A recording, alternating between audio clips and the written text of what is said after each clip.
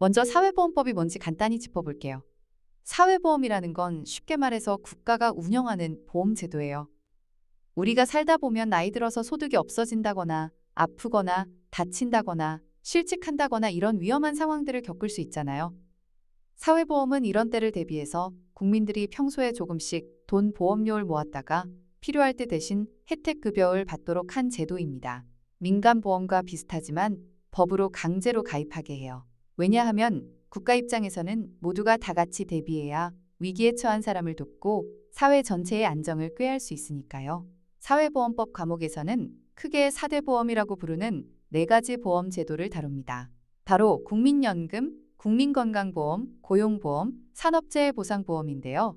이름만 들어도 어떤 것들인지 느낌이 오죠? 국민연금은 노후 소득 보장을 위한 연금이고, 건강보험은 의료비 부담을 덜어주는 보험, 고용보험은 실직 등 고용 불안에 대비한 보험, 산업재해보상보험, 산재보험이라고 줄여요. 일하다 다쳤을 때를 위한 보험이에요. 우리나라에서 일을 하면 보통 이 4대 보험에 다 가입이 됩니다. 그래서 직장 다닐 때 월급 명세서 보면 4대 보험료 떼가잖아요. 바로 그겁니다. 바거스. 이제 하나씩 살펴볼게요. 우선 국민연금부터 시작해 보겠습니다. 바거스. 국민연금은 쉽게 말해서 내가 젊어서 일할 때 보험료를 내고 나이 들어서 소득이 없을 때 연금을 받는 제도예요. 옛날에는 대가족이 부모를 부양했지만 현대사회에서는 그렇게만 하기 어려우니까 국가가 연금제도를 만들었죠. 시험 공부하면서 연금보험료 니, 노령연금 이니 이런 용어들 많이 보셨을 거예요. 하나씩 풀어서 설명드릴게요. 먼저 누가 국민연금에 가입하는지, 즉 적용 대상부터 알아볼게요. 원칙적으로 만 18세 이상 60세 미만의 국민은 다 국민연금의 가입 대상이에요. 회사 다니는 사람이든 자영업이든 가정주부든 특별한 경우 빼고는 다 들어가죠. 심지어 외국인도 한국에 거주하면서 일하면 국민연금에 가입하게 돼요. 물론 본인 나라에서 이미 연금이 있고 상호협정이 있으면 예외가 있긴 하지만 기본적으로는 다 포함입니다. 그리고 국민연금은 의무가입이라서 대상이 되면 안 들 수가 없어요. 기호씨. 국민연금 가입자에는 몇 가지 유형이 있어요. 직장에 다니는 분들은 사업장 가입자라고 부릅니다. 예를 들어 어떤 회사에 다니는 김철수 씨는 사업장 가입자예요. 이 경우 회사가 알아서 월급에서 보험료를 떼고 회사 부담분이랑 합쳐서 국민연금공단에 내줍니다. 반면 자영업자나 프리랜서처럼 직장이 없는 분들은 지역가입자가 돼요. 지역가입자는 본인이 직접 국민연금공단에 보험료를 내죠. 또 의무가입 대상은 아니지만 임의로 들어오는 경우도 있어요. 이를 임의가입자라고 합니다. 예를 들어 전업주부처럼 원래 국민연금 가입 대상이 아닌 사람이 노후 대비를 위해 나도 가입할래요 하고 신청하면 임의가입자가 될 수 있어요. 하나 더 특이한 경우로 임의계속가입자라는 게 있습니다. 이건 만 60세가 넘어서 원래는 국민연금 의무가입 나이가 끝났는데도 더 내고 싶은 사람이에요. 왜 그럴까요? 국민연금은 최소 10년은 보험료를 내야 나중에 연금을 받을 수 있거든요. 만약 60세까지 가입했는데 총 납부 기간이 10년이 안 되면 연금을 못 받고 대신 낸 돈을 반환일시금으로 돌려받게 돼요. 그래서 9년만 낸 채 60세가 된 사람 같은 경우 아이고 한 해만 더 내면 연금 받을 수 있는데 하겠죠. 이럴 때 최대 5년간 추가로 더 납부할 수 있게 해주는 게 임의 계속 가입입니다. 이를 통해 10년 채워서 연금을 받을 수 있게 해주는 거예요. 시험에서도 임의 계속 가입은 자주 언급되는 부분이니 기억하세요. 60세 이후 최대 5년간 계속 가입 가능, 오직 노령연금 수급 요건 채우려고 허용하는 제도라는 점이요. 그럼 얼마나 내야 하느냐, 보험료 이야기를 해볼게요. 국민연금 보험료율은 소득의 9%로 정해져 있어요. 이 비율은 법에 명시되어 있고 지금까지 쭉 9%로 유지되어 왔습니다. 예를 들어 월 소득이 300만 원인 직장인이라면 그중 9%인 27만 원을 국민연금 보험료로 책정해요.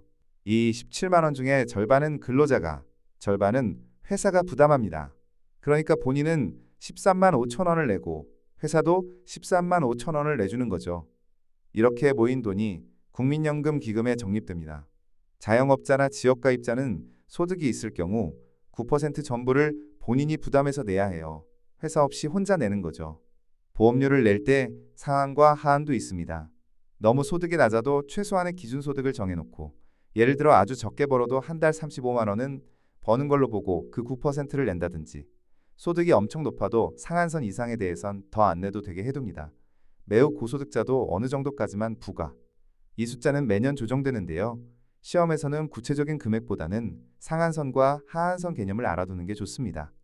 자, 이렇게 열심히 보험료를 냈으면 나중에 어떤 급여를 받느냐, 즉 국민연금의 종류를 알아봐야죠. 국민연금에서는 크게 노령연금, 장애연금, 유종연금, 반환일시금 등을 지급합니다. 하나씩 쉽게 설명드릴게요. 먼저 노령연금, 우리가 흔히 국민연금 받는다 할 때 떠올리는 그 연금입니다. 나이가 들어서 받는 연금이죠. 조건은 10년 이상 보험료를 납부하고 연금 수급 연령에 도달하는 거예요. 여기서 연금 수급 연령이 약간 헷갈릴 수 있는데요. 예전엔 다 60세부터 줬지만 지금은 점점 늦춰지고 있어요. 법에서 정한 연금 개시 연령이 출생 연도에 따라 다릅니다. 예를 들어 1953, 1956년생은 61세, 1957, 1960년생은 62세, 이렇게 4년 단위로 한 살씩 늘어나서 1969년 이후 출생자는 65세부터 노령연금을 받을 수 있게 되어 있어요. 그러니까 우리 세대는 65세라고 생각하면 돼요.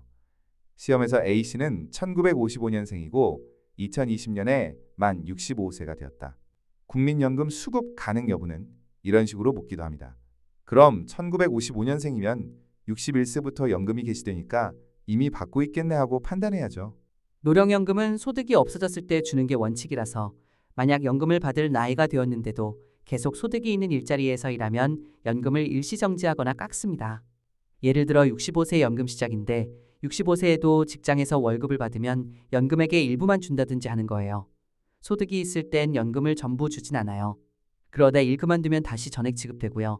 이런 건 소득 테스트 개념인데 시험에서 깊게 묻진 않을 거예요. 그래도 노령연금의 기본 조건인 10년 납부, 해당 연령 도달순 확실히 기억합시다. 그리고 노령연금에도 종류가 몇 가지 있어요. 일반 노령연금은 지금 말한 거고 조기노령연금이란 것도 있습니다. 이건 연금을 빨리 받는 대신 깎아서 받는 것이에요. 정해진 연금 개시 연령보다 최대 5년까지 일찍 받을 수 있어요. 대신 1년당 일정 비율씩 감액돼요. 얼추 1년에 6% 정도 깎입니다. 예를 들어 원래 65세부터 받는 분이 60세부터 조기연금을 신청하면 한 70% 수준만 받게 되는 식이죠. 왜 이런 제도가 있냐면 어떤 분들은 나이 아직 안 됐는데도 당장 돈이 꼭 필요할 수 있잖아요. 또 건강이 안 좋다든가. 그럴 때 조기에라도 탔으라는 거죠. 단, 조기연금은 소득이 없어야 신청 가능합니다. 일하고 돈 벌고 있는데 굳이 연금까지 빨리 줄 필요는 없으니까요. 이 부분 시험에서 자주 나와요. 조기노령연금을 받으려면 어떤 조건이어야 하나? 소득이 없어야 한다 같은 걸 묻죠. 반대로 연기연금도 있어요.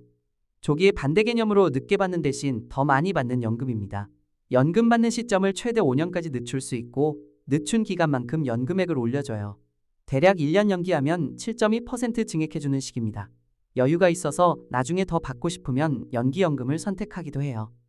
다음으로 장애연금. 말 그대로 장애가 생겼을 때 주는 연금입니다. 여기서 장애는 일상생활이나 노동이 어려울 정도의 중증 장애를 말해요. 국민연금 가입 중에 질병이나 사고를 당해서 장애가 남으면 받을 수 있어요. 중요한 건 국민연금보험에 가입되어 있는 중에 또는 연금보험료를 낸 경력이 있는 상태에서 장애가 발생해야 한다는 거예요. 예를 들어 국민연금 한 번도 안 내고 있다가 사고 당하면 국민연금에서 장애연금 못 받죠. 그 사람은 국민연금 대상자가 아니었으니까. 장애연금은 장애 정도에 따라 1급, 2급, 3급, 4급 이렇게 급수를 매겨서 연금액이 다릅니다. 1급이 가장 심한 장애고요. 보험료 낸 기간과 장애 등급에 따라 연금액을 계산해서 평생 혹은 장애 상태 계속되는 동안 줍니다.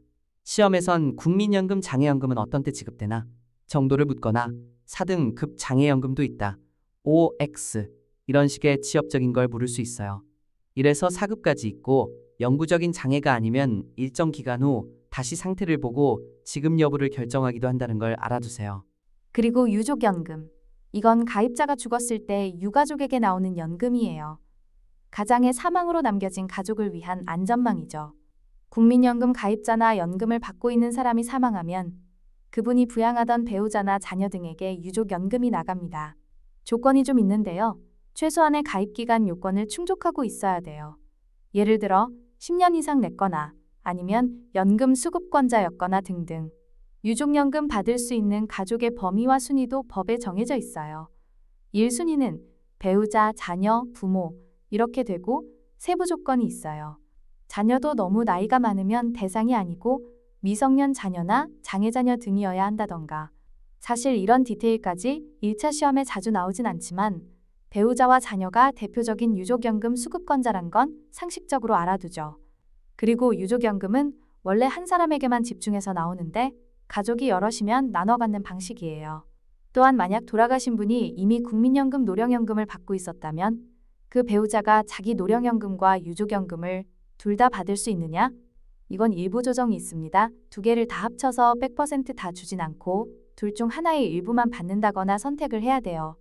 이런 연금급여의 중복 조정도 시험에 가끔 나와요.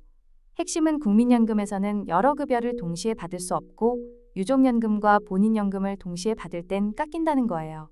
마지막으로 반환일시금. 아까 살짝 언급했는데 연금으로 받지 않고 한꺼번에 돌려받는 돈입니다. 어떤 경우냐면 연금을 받을 조건을 못 채우고 국민연금 가입에서 빠져나갈 때예요. 가장 흔한 게 납부기간 10년이 안 되고 60세가 된 경우죠. 이럴 땐 아쉽지만 연금 수급권이 안 생기니까 그동안 낸 돈을 모두 돌려주는데 약간의 이자도 붙여서 줍니다. 또 다른 사례로는 국민연금 가입자였던 사람이 외국으로 이민 가거나 국적을 상실해서 더 이상 가입 대상이 아니게 된 경우도 반환일시금을 받을 수 있어요. 외국으로 나가면 한국 국민연금 계속 들 수 없으니 그간 낸 돈 정산해서 주는 거예요. 그리고 가입자가 사망했는데 유족연금을 받을 유족이 전혀 없을 때도 그때까지 낸 보험료를 반환일시금으로 유가족 상속인에게 지급합니다. 시험에서 반환일시금은 단골로 나오는데 다음 중 반환일시금을 지급하는 사유가 아닌 것은? 이런 식으로 물어봐요. 방금 말한 10년 미만 납부 후 60세 도달, 국적 상실 또는 국외 이주, 사망하였으나 유족연금 없어 이 세 가지가 대표적 사유입니다. 이 외에도 사망일시금이라는 게 있긴 한데 이건 거의 반환일시금과 비슷한 개념으로 유족연금 수급권자도 없고 반환일시금 대상도 안 될 때 소액을 주는 경우라서 아주 특별한 경우예요. 국민연금 급여 계산은 상당히 복잡하지만 시험에서는 구체적인 수식보다는 조건과 개념을 물어요. 예를 들어 노령연금을 받으려면 최소 몇 년 보험료 납부해야 하는가? 정답 10년. A씨는 국민연금 5년 가입하고 60세가 되었을 때 국적을 상실하였다. 이 경우 받을 수 있는 급여는? 정답 반환일시금. 뭐 이런 식이죠. 또 하나 최근 출제 포인트로 출산 크레딧 이야기를 안 할 수 없네요. 출산 크레딧은 자녀를 여러 명 낳은 경우 국민연금 가입 기간에 보너스를 주는 제도예요. 예를 들어 둘째 아이를 낳으면 12개월, 셋째 아이를 낳으면 플러스 18개월, 이런 식으로 보험료 낸 기간을 추가로 쳐주는 겁니다. 현재는 둘째 이상부터 인정되는데 정부가 이걸 첫째 아이까지 확대하려는 논의도 있죠. 시험에선 현재 기준인 둘째 아이부터 적용을 알고 있어야 합니다. 실제 사례로 자녀 셋을 둔 부모는 출산 크레딧으로 총 30개월 2년 반을 추가 인정받아서 원래 10년만 납부했어도 12년 6개월 납부한 것으로 계산해 연금액이 올라갑니다. 군 복무 크레딧도 있어요. 군대 다녀오면 6개월을 가입기간 추가로 얹어주는 건데 이건 딱 한 번만 인정됩니다.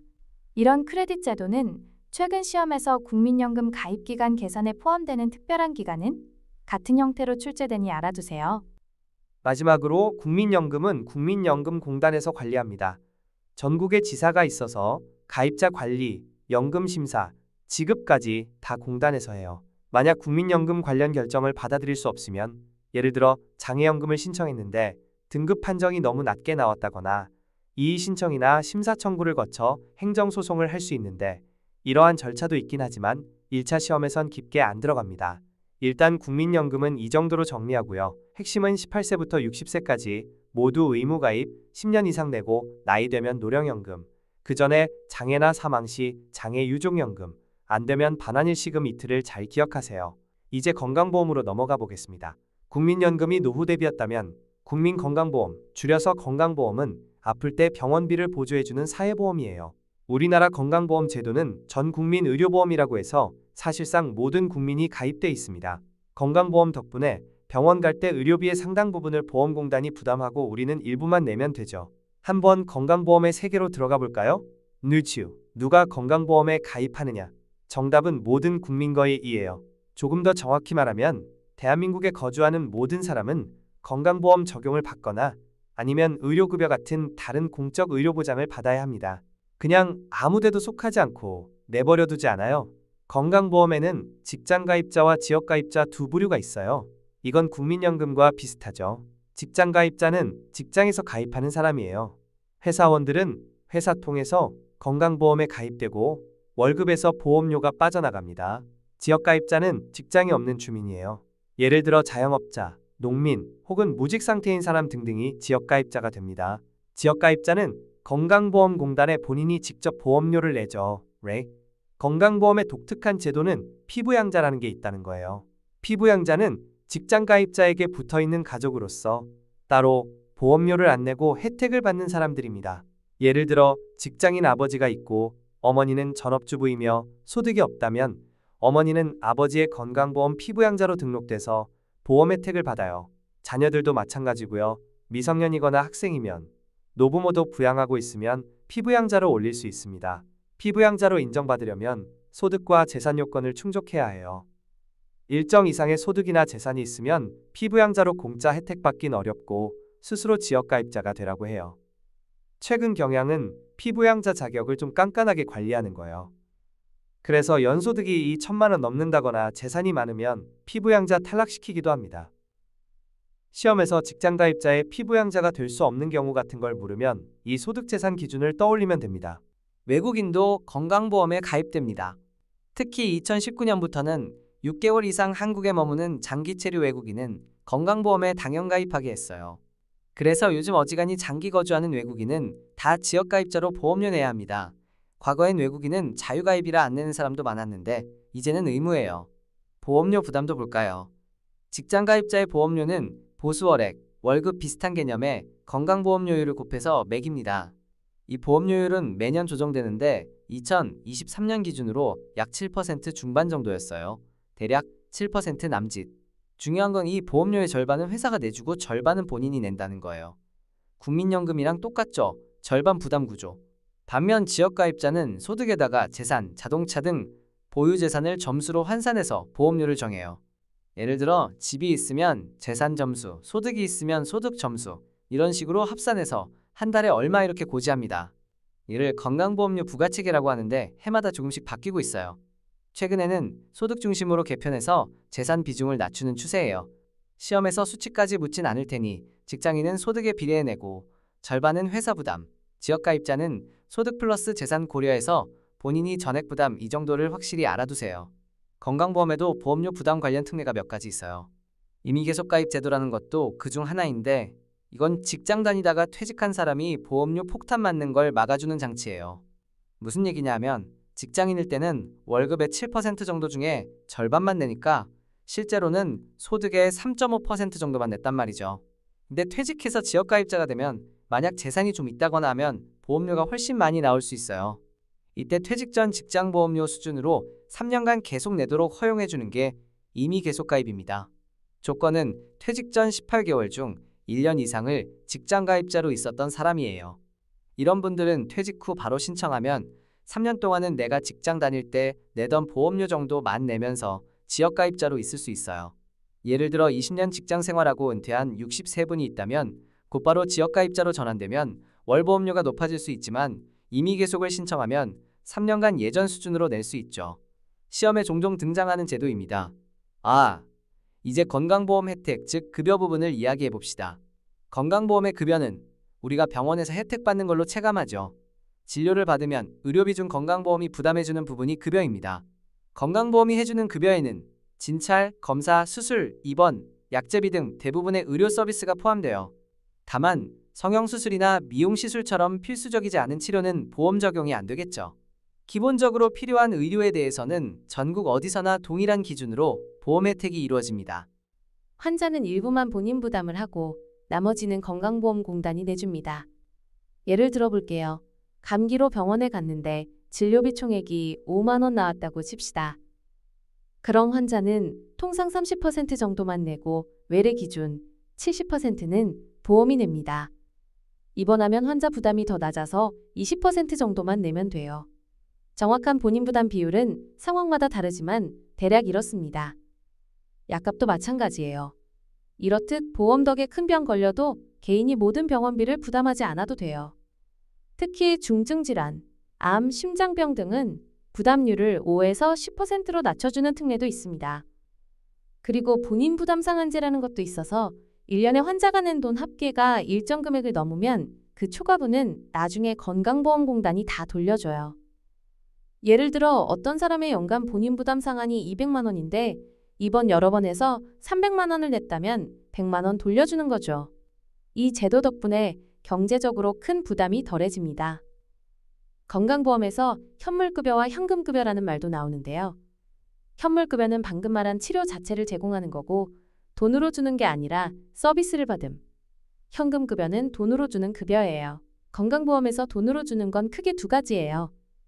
출산장려금, 출산했을 때 일시금 주는 것이 있고 예전엔 장제비 사망시 보조금가 있었는데 지금은 없어진 걸로 알아요. 중요한 현금급여로 해외 이주 등으로 지역가입자 자격상실 시 미리 낸 보험료 정산 환급 같은 게 있는데 이것까지 기억하긴 복잡하니 주로 출산일시금을 기억해두면 됩니다. 아이 낳으면 몇십만 원 주는 거. 또 건강보험과 별도로 노인장기 요양보험 얘기를 잠깐 해야 해요. 이건 건강보험료 고지서에 같이 딸려 나오는 건데 노인장기 요양보험은 고령이나 노인성 질병으로 거동이 불편한 노인들에게 요양 서비스를 제공하는 사회보험이에요. 건강보험공단이 운영하기 때문에 사실상 건강보험의 한 파트처럼 여겨집니다. 65세 이상 노인이나 치매 같은 질병이 있는 분들은 장기요양 등급 판정을 받아서 요양시설 입소나 방문간호 등의 서비스를 이용할 수 있어요. 비용의 대부분을 이 보험이 대주고 본인은 한 15%에서 20% 정도만 부담합니다. 우리 부모님 세대에서는 꽤 중요한 제도죠? 이 보험의 재원은 별도 보험료로 충당되는데 그걸 우리가 건강보험료에 추가해서 내는 거예요. 2025년에 그 비율이 또 올라갔다고 들었어요. 예를 example, 건강보험료의 12% 정도를 별도로 더해서 장기요양보험료로 부과합니다. 이건 디테일하니 그냥 건강보험에 장기요양보험도 붙어있다 정도만 알아둡시다. 마지막으로 건강보험 운영 주체와 몇 가지 행정적인 것 짚고 넘어갈게요.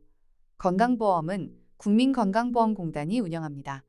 병원에서 치료를 받으면 병원이 건강보험공단에 청구하죠. 그런데 그 청구를 심사하는 별도 기관이 있어요. 심사평가원 HIRA라고 보험 청구가 적정한지 심사하는 기관입니다. 이건 시험에 잘 나오진 않지만 알아두면 좋아요. 그리고 직장가입자의 보험관계는 퇴직, 이직 등에 따라 변동이 생기는데 자격 취득과 상실 절차가 있습니다. 회사 들어가면 건강보험 자격 취득, 나오면 상실하고 지역가입자로 전환 이런 식이죠. 만약 자격 변동 신고를 회사가 제때 안 하면 문제가 돼요. 사실 보험료 체납이나 부정수급 등도 벌칙 조항이 있지만 1차 시험에서 깊이 묻지는 않고 고의로 보험급여를 타내면 벌금이나 징역형 받을 수 있다 정도의 상식선에서 가볍게 알아두면 됩니다. 여기까지 건강보험을 정리하면 건강보험은 전국민 의료보험으로서 직장가입자, 지역가입자 구분, 피부양자 제도, 보험료는 소득기준 부담, 의료서비스 현물급여 제공 이런 키워드가 핵심이에요. 최근 시험 경향으로는 피부양자 조건이나 이미 계속가입, 외국인 당연가입 같은 변화된 내용이 잘 나오니까 눈여겨보세요. 자, 이제 고용보험으로 넘어가겠습니다. 고용보험은 일자리를 잃거나 출산휴가로 쉬게 될 때 소득을 지원하고 더 나아가 직업훈련이나 고용안정 프로그램까지 제공하는 보험이에요. 다른 말로 실업보험이라고도 하죠. 하지만 실업급여만 있는 건 아니고 고용유지나 촉진을 위한 지원도 있어서 통틀어 고용보험이라고 합니다.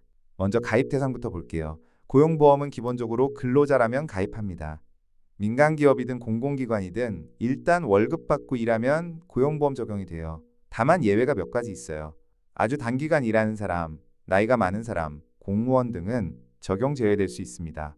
예를 들어 일주일에 15시간 미만으로 일하는 초단시간 근로자는 원칙적으로 고용보험 가입 대상이 아니었어요. 왜냐하면 부업 수준일 수도 있고 행정적으로 관리하기 복잡하니까요. 다만 이분들이 3개월 이상 계속 일한다면 생업이라고 보고 가입시킵니다. 그래서 법에서는 월 60시간 미만 근로자는 제외하되 3월 이상 계속 고용되면 적용 이런 식으로 규정돼 있어요. 좀 복잡하죠? 쉽게 말해 하루에 2에서 3시간씩만 일하는 알바를 잠깐 하는 정도면 고용보험 안 들어도 된다 정도로 이해합시다. 또 근로기간이 애초 2개월 이하로 정해진 일자리도 가입 안 시켜요. 예를 들어 단기 아르바이트로 2달만 일하기로 계약했다면 고용보험 적용 안 하는 거죠. 그리고 만 65세 이후에 새로 취업한 사람도 고용보험에서는 실업급여 부분이 적용 제외예요. 65세 넘어서 일을 시작했다가 그만두면 사실상 은퇴로 보니까 실업급여를 주지 않는 거예요. 반면 64세에 가입돼 있던 사람이 65세 넘어까지 일하다 퇴직하면 예외적으로 받을 수도 있긴 합니다만 기본 원칙은 65세 이후 신규 고용은 제외. 그리고 공무원이나 사립학교 교직원은 고용보험 실업급여 적용을 받지 않습니다. 이분들은 직장을 잃을 위험이 거의 없기도 하고 별도의 퇴직보상 제도가 있거든요. 시험에 고용보험 적용 제외 대상으로 이런 것들이 자주 언급돼요. 예를 example 다음 중 고용보험 의무 가입 대상이 아닌 사람은 일주 10시간 근로자 2일 용직 근로자 3 정년퇴직 후 66세에 재취업한 45인 사업장의 근로자 이런 문제가 나오면 정답은 66세에 재취업한 자 같은 시기예요. 최근 고용보험의 큰 변화 중 하나는 적용 대상을 넓히는 추세라는 거예요. 예전에는 정규직 위주로 됐는데 이젠 특수형태 근로 종사자 특고나 플랫폼 노동자, 프리랜서 일부까지 포괄하려 하고 있어요. 특히 예술인들은 2020년부터 고용보험에 가입하게 됐어요. 예술인 고용보험이라고 들어보셨을 겁니다. 방송 연기자, 가수, 작가 등 일정한 소득이 있는 문화예술 종사자도 실업급여와 출산 지원 혜택을 받을 수 있게 만든 거죠. 이건 별도 법률까지 제정해서 시행 중입니다. 또 자영업자도 고용보험 임의 가입이 가능합니다. 즉, 소규모 사업주가 스스로 보험료 내고 가입해뒀다가 나중에 사업 접으면 실업급여 비슷한 걸 받는 거예요. 다만 현실적으로 많이 가입하진 않지만 제도는 있어요. 이런 식으로 고용보험이 점점 확대되고 있다는 흐름도 알아두면 좋아요. 시험에서도 예술인도 고용보험 적용된다. OS 같은 게 출제된 적 있어요. 보험료는 누가 얼마나 낼까요? 고용보험료는 사업주와 근로자가 함께 부담합니다. 현재 실업급여 보험료율이 대략 1.6% 수준인데 정확히는 정부가 수시로 조정할 수 있게 돼 있어서 때에 따라 달라요. 최근에는 실업급여 지급이 늘어서 보험료율을 올리는 추세였죠. 어쨌든 근로자 목 0.8%, 사업주 목 0.8% 이런 식으로 반반씩 내고요. 이거 말고 추가로 사업주만 내는 부분이 있습니다. 그건 고용안정 직업능력개발 사업부담금이라고 해서 사업주가 자기 노동자들의 고용안정과 훈련을 위한 재원으로 추가 부담하는 거예요. 회사 규모나 업종에 따라 0.25%에서 0.85% 정도를 사업주가 더 냅니다. 그래서 월급 명세서 보면 고용보험은 근로자 부분과 회사 부분 합쳐서 한 1%대 중반에서 후반 정도가 떼어져요. 근로자는 자기 부분만 급여에서 공제되고 회사는 그것 포함해서 자기 부담분까지 납부하는 구조죠. 예술인이나 자영업자가 임의로 가입하는 경우는 본인이 전액 부담해야겠죠. 왜냐면 고용주가 없으니까. 이제 고용보험의 주요 급여들을 하나씩 살펴봅시다. 크게 실업급여, 구직급여와 고용안정, 모성보호 관련 급여로 나눌 수 있어요. 우선 실업급여, 구직급여, 흔히 실업수당이라고 불리는 겁니다. 일자리를 잃은 사람이 재취업 활동을 하는 동안 일정 기간 금전 지원을 해주는 거예요.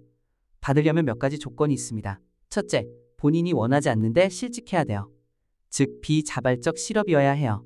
회사에서 권고사직을 했다거나 계약 만료, 정리해고 등 본인 잘못 없이 일자리를 잃은 경우죠.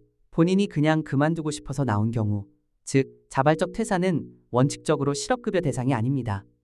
다만 자발적 퇴사라도 인정되는 정당한 이직 사유가 조금 있어요.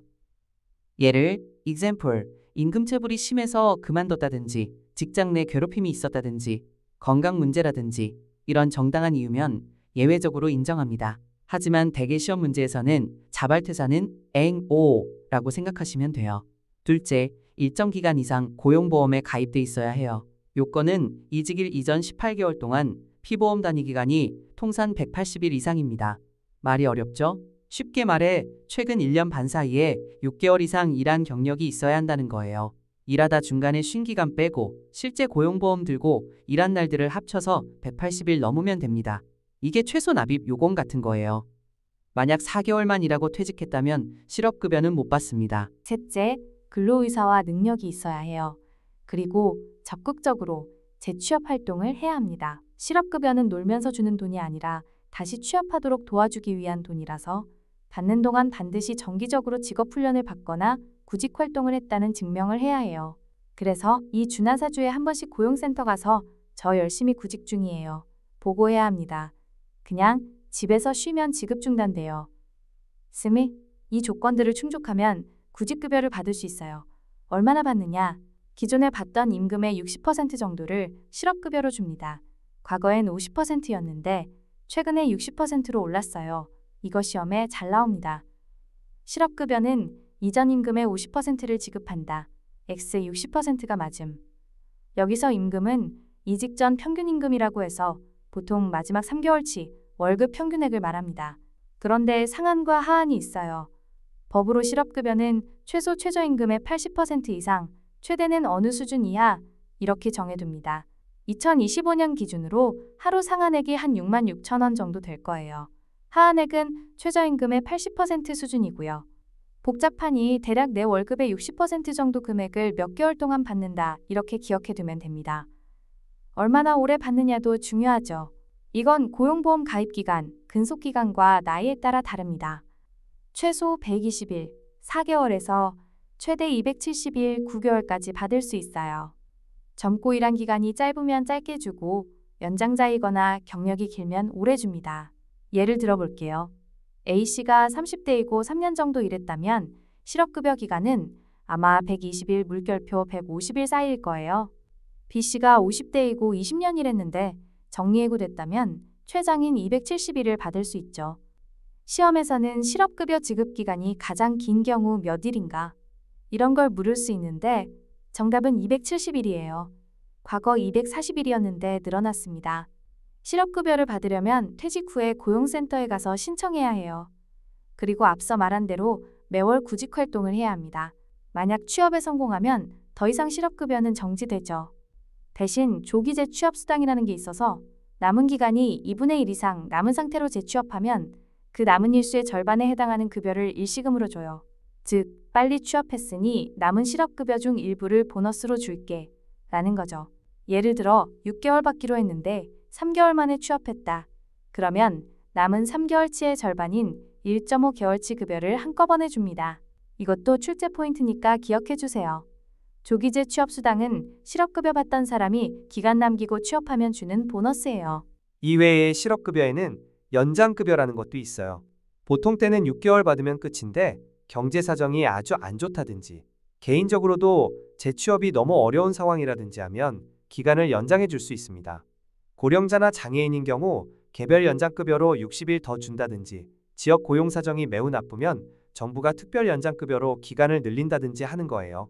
또 훈련 연장급여라고 해서 실업자가 직업훈련 받으면 추가로 지원해 주는 것도 있어요. 다만 이런 건 이름만 알아두고 실업급여의 기본 개념, 자격, 지급 수준, 기간이 더 중요합니다. 다음으로 모성보호 관련 급여. 고용보험에서는 일하는 여성 또는 남성의 배우자의 출산과 육아를 지원하기 위한 돈도 줘요. 대표적으로 출산 전 후유가급여와 육아휴직급여가 있습니다. 출산 전 후유가급여. 여성 노동자가 아이를 낳을 때는 노동법상 출산 전 후유가 90일, 쌍둥이는 120일을 쓸 수 있어요. 그 기간 동안 월급을 못 받으면 안 되니 고용보험에서 임금액 상당을 지급해 주는 거죠. 통상임금 100%를 휴가 기간 동안 줍니다.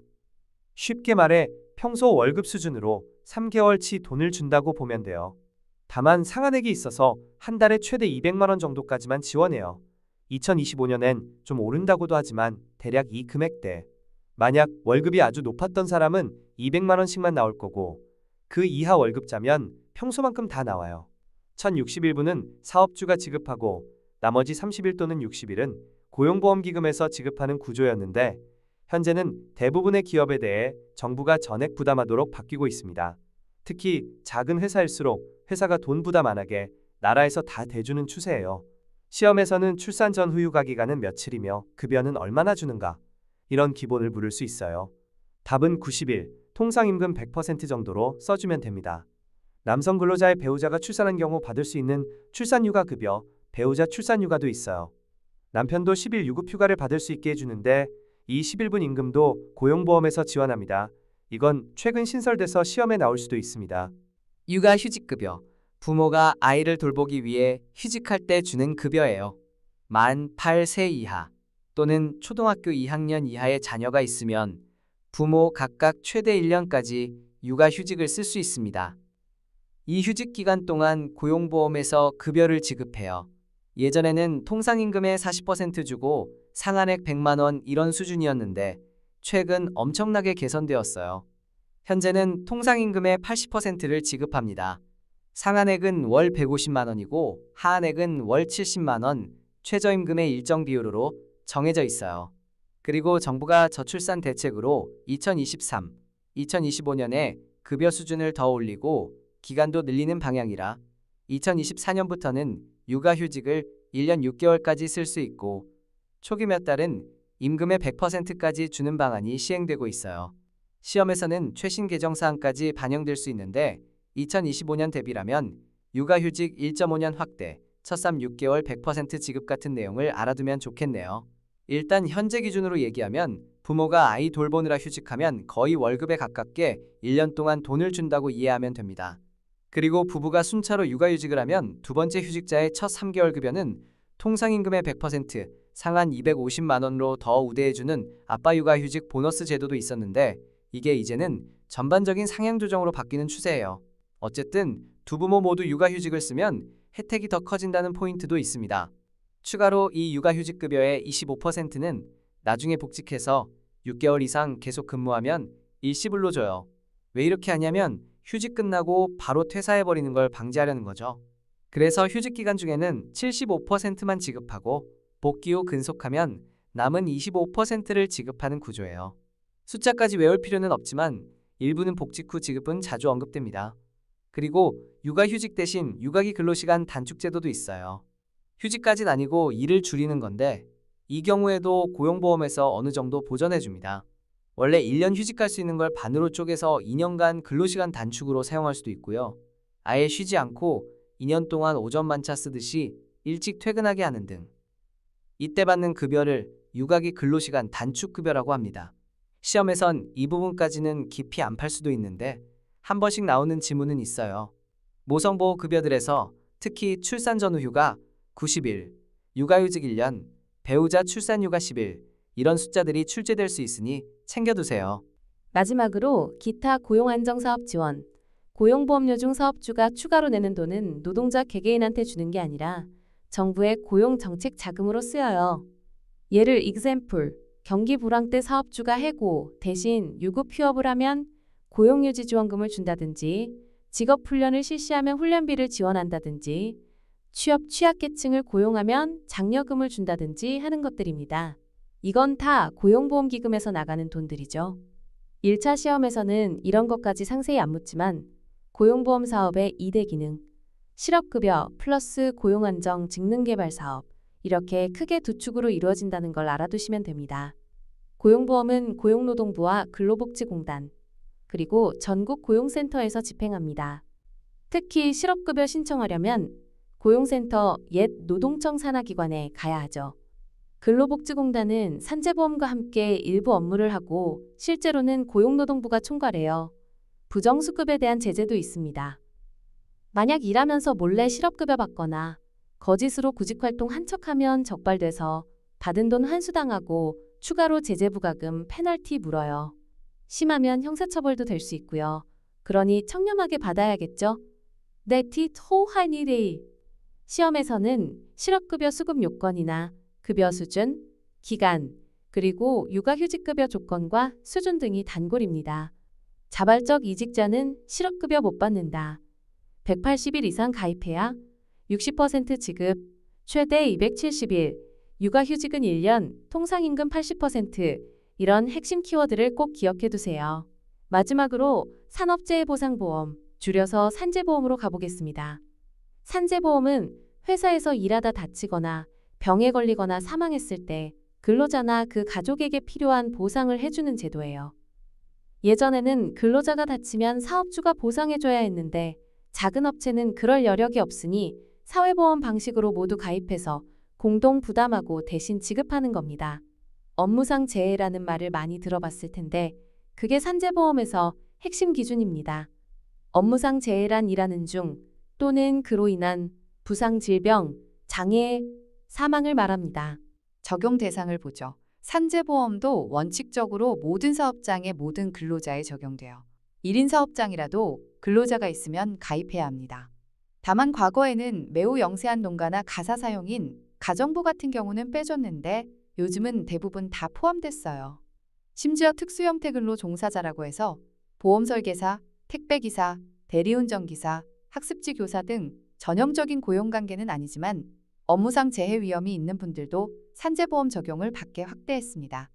법에서 열거한 특고 직종은 그 사업주, 실질적 고용인과 산재보험에 가입시켜야 합니다. 또 자영업자나 대표 자신도 희망하면 산재보험에 가입할 수 있어요. 이건 특별가입이라고 부르는데 예컨대 건설 현장 소장이나 작은 사업장 사장이 나도 혹시 다치면 보상받고 싶다 하면 산재보험에 본인을 가입시킬 수 있어요. 주로 위험한 업종의 사업주나 1인 자영업자가 많이 합니다. 적용 제외되는 거의 유일한 케이스가 공무원, 군인 등인데 이분들은 산재보험 대신 공무원 연금법이나 군인보험 같은 걸로 보상을 받아요. 그래서 국가나 지자체 소속 공무원은 산재보험 안 들죠. 이미 별도 제도가 있으니. 또 가사도우미처럼 개인 집에서 일하는 분들도 한동안 제외였는데 2022년부터 가사근로자법 시행으로 공제조합을 통해 산재 적용받는 방향으로 가고 있습니다. 시험엔 잘 안 나오지만 흐름은 알아두세요. 산재보험은 거의 모든 노동자를 보호하도록 확대되었다. 보험료 부담은 전적으로 사업주 회사가 부담합니다. 이게 다른 사회보험과 달라요. 연금, 건강, 고용은 노동자도 내는데 산재보험료는 근로자는 한 푼도 안 내요. 왜냐? 산업재해에 대한 책임은 사용주에게 있다는 원칙 때문이에요. 대신 보험료율은 직종의 위험도에 따라 다릅니다. 제조업, 건설업처럼 위험한 업종은 보험료율이 높고 몇 대, 사무직은 낮고 1% 미만, 그런 식이죠. 매년 업종별로 요율을 공표합니다. 그래서 회사는 자사업종의 요율을 총 보수액에 곱해서 보험료를 계산하고 전액 납부하죠. 산재보험도 다른 사대보험과 함께 신고 납부하지만 원리는 이렇게 사업주 부담이라는 점 기억합시다. 자, 그럼 산재보험에서 어떤 보상을 해주는지 종류를 볼게요. 근로자가 일하다 다치면 그 치료비부터 시작해서 못 벌게 된 임금, 후유장애, 심지어 사망 시 유가족 생계까지 두루 보상합니다. 하나씩 나열해 보겠습니다. 요양급여. 쉽게 말해 치료비 지원이에요. 근로자가 업무상 재해를 당하면 지정된 병원, 산재지정의료기관에서 치료를 받게 되고 그 비용은 산재보험공단, 근로복지공단이 직접 병원에 지불합니다. 즉 노동자는 공짜로 치료받는 거죠. 병원비, 수술비, 재활치료비 등 모두 포함돼요. 필요한 경우 간병 서비스, 의지보조기 같은 보조구 지급도 요양급여에 들어갑니다. 치료 중에는 휴업을 하겠죠. 휴업급여. 치료받느라 일을 못하면 못 번 임금의 일부를 보전해줍니다. 기준은 평균 임금의 70%예요. 평균 임금은 다쳤을 때 받던 월급의 일평균액 정도로 이해하면 됩니다. 왜 70%냐면 산재 이전에 받던 임금 100% 다 주면 복귀 의욕이 떨어질 수도 있고 또 어느 정도 본인도 부담을 느끼게끔 하려는 의도예요. 70%도 사실 꽤 높죠. 처음 3일은 휴업급여를 안 줘요. 대기기간.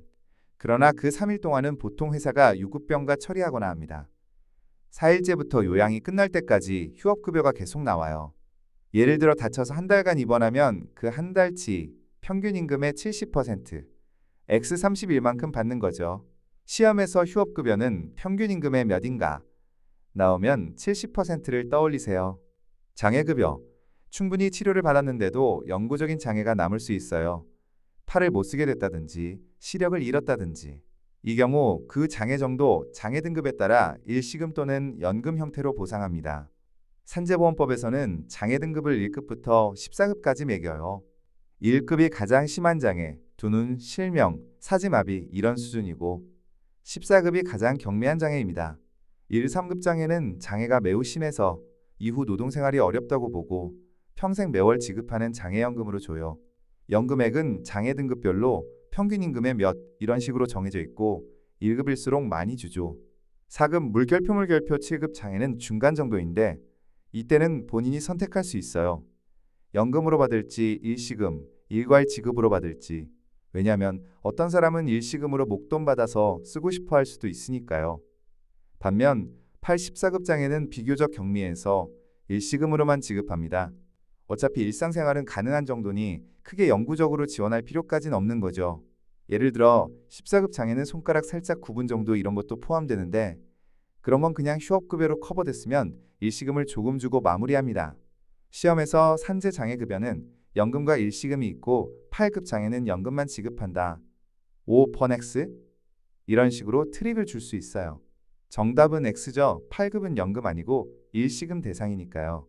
정리하면 1, 3급 무조건 연금, 4, 7급 선택, 8, 14급 무조건 일시금입니다. 유족급여. 근로자가 일하다 돌아가셨을 때 남은 가족들에게 주는 급여예요. 유족연금이라고도 합니다. 유족의 범위는 국민연금과 비슷하게 배우자, 자녀, 부모 순으로 정해져 있어요. 우선순위 유족 한 명이 있는 경우 그 사람에게 전부 연금이 가고 유족이 여러 명일 땐 나누어 받습니다. 연금액은 평균 임금의 52% 정도, 유족 1인 기준인데 유족 수에 따라 조금 더 가산되기도 해요. 복잡한 계산보다 중요한 건 누가 받을 수 있느냐인데 보통은 배우자가 살아있으면 배우자에게 평생 지급돼요. 다시 결혼하면 권리 상실, 자녀는 19세 미만 또는 장애가 있으면 연령 상관없이 일대 받을 수 있어요. 만약 유족이 아예 없다, 예를 들어 미혼 근로자가 부모도 없이 세상을 떠났다면 이때는 연금으로 줄 데가 없죠. 그러면 상이상실 특별지급금 같은 건 없고 대신 장례비를 실비 지급합니다.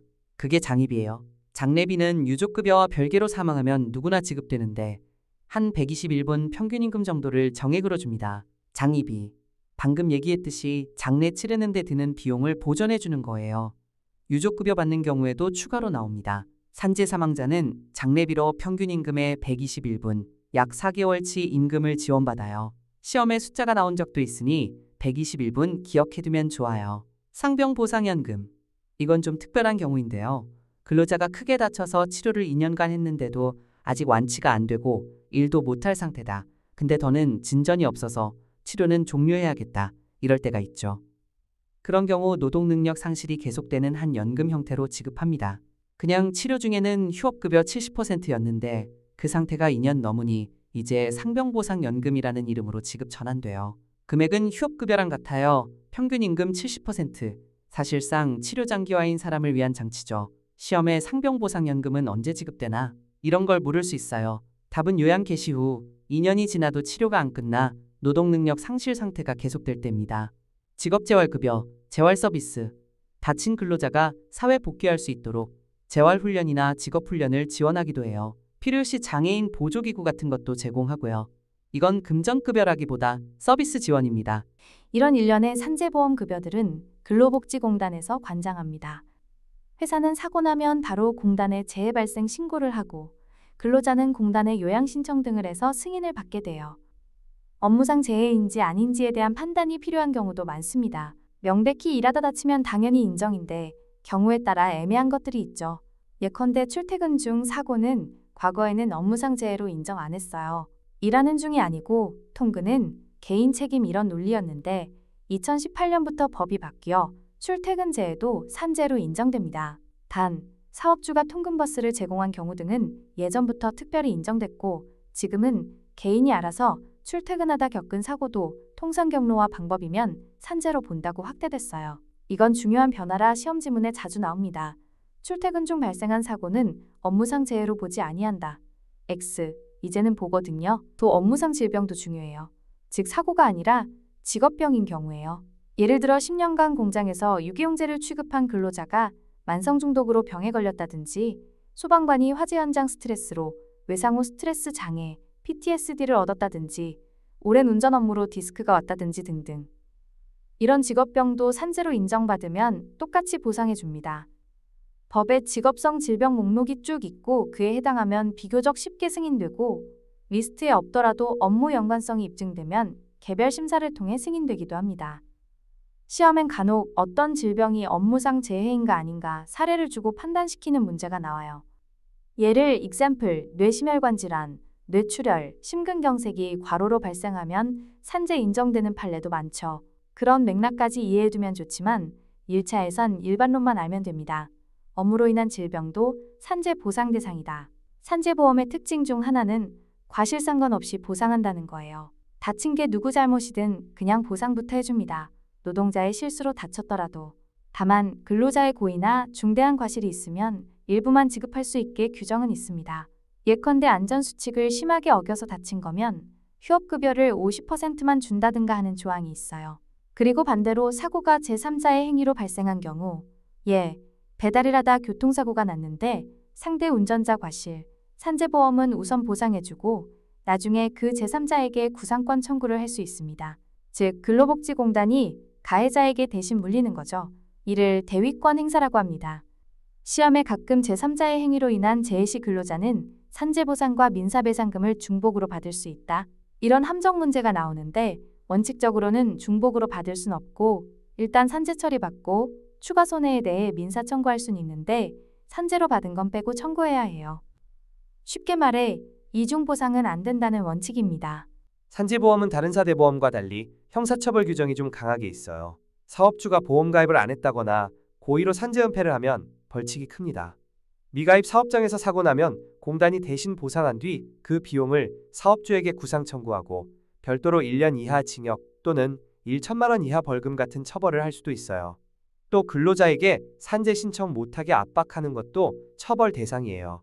최근에는 산재 발생 시 사업주의 책임을 강화하는 추세죠. 중대재해처벌법 같은 것도 생겼고요. 그건 형법 영역이지만 시험에서는 산재보험 급여 종류와 특징이 주로 나옵니다. 예를 example 다음 중 산재보험 급여에 해당하지 않는 것 1. 요양급여 2. 질병급여 3. 장애급여 4. 유족급여 이런 식으로 물어보면 정답은 2번 질병급여 그런 이름은 없죠. 이런 걸 고르는 겁니다. 혹은 업무상 재해로 인정되는 경우는 출퇴근 중 자기 일로 들르다 사고 난 경우 X대 통상 경로의 교통사고 5 이런 거 묻기도 하고요. 또 근로자 부담으로 보험료를 내는 사회보험은 1. 연금 2. 건강 3. 고용 4. 산재하면 산재만 사업주 부담이니까 정답이 4번 인식이죠. 이런 핵심 포인트들 잘 정리해 두셨을 거라 믿어요. 번가운 사회보험은? 자, 정말 많은 내용을 한 번에 훑었는데요. 이 정도면 사회보험법 과목의 전체 큰 그림은 잡혔을 거예요. 국민연금, 건강보험, 고용보험, 산재보험 네 분야를 모두 다뤄봤습니다. 중요한 것들만 뽑아서 설명드렸지만 실제로는 세부 조항이 굉장히 많습니다. 그래도 시험에서 높은 점수를 받으려면 오늘 다룬 핵심 개념들은 꼭 숙지하고 가셔야 해요. 마지막으로 공부 TIP를 드리자면 사회보험법은 암기도 필요하지만 상황을 떠올리며 이해하는 게 좋아요. 오늘 이야기한 것처럼 실제 사례를 머릿속에 그려보세요. 회사원 김철수, 교사 이영희, 배달기사 박민수 등 가상의 인물을 떠올려 그 사람들이 각각 어떤 보험에 어떻게 가입되고 어떤 혜택을 받을까 생각해보면 암기가 훨씬 쉬워질 거예요. 또 기출문제도 많이 풀어보세요. 기출에는 어떤 포인트를 좋아하는지가 드러나거든요. 최근 몇 년 기출을 보면 출퇴근 재해, 육아휴직급여 향상, 65세 이후 고용보험, 출산 크레딧 같은 새로 바뀐 부분들이 출제되고 있으니 그런 부분도 꼼꼼히 챙기시고요.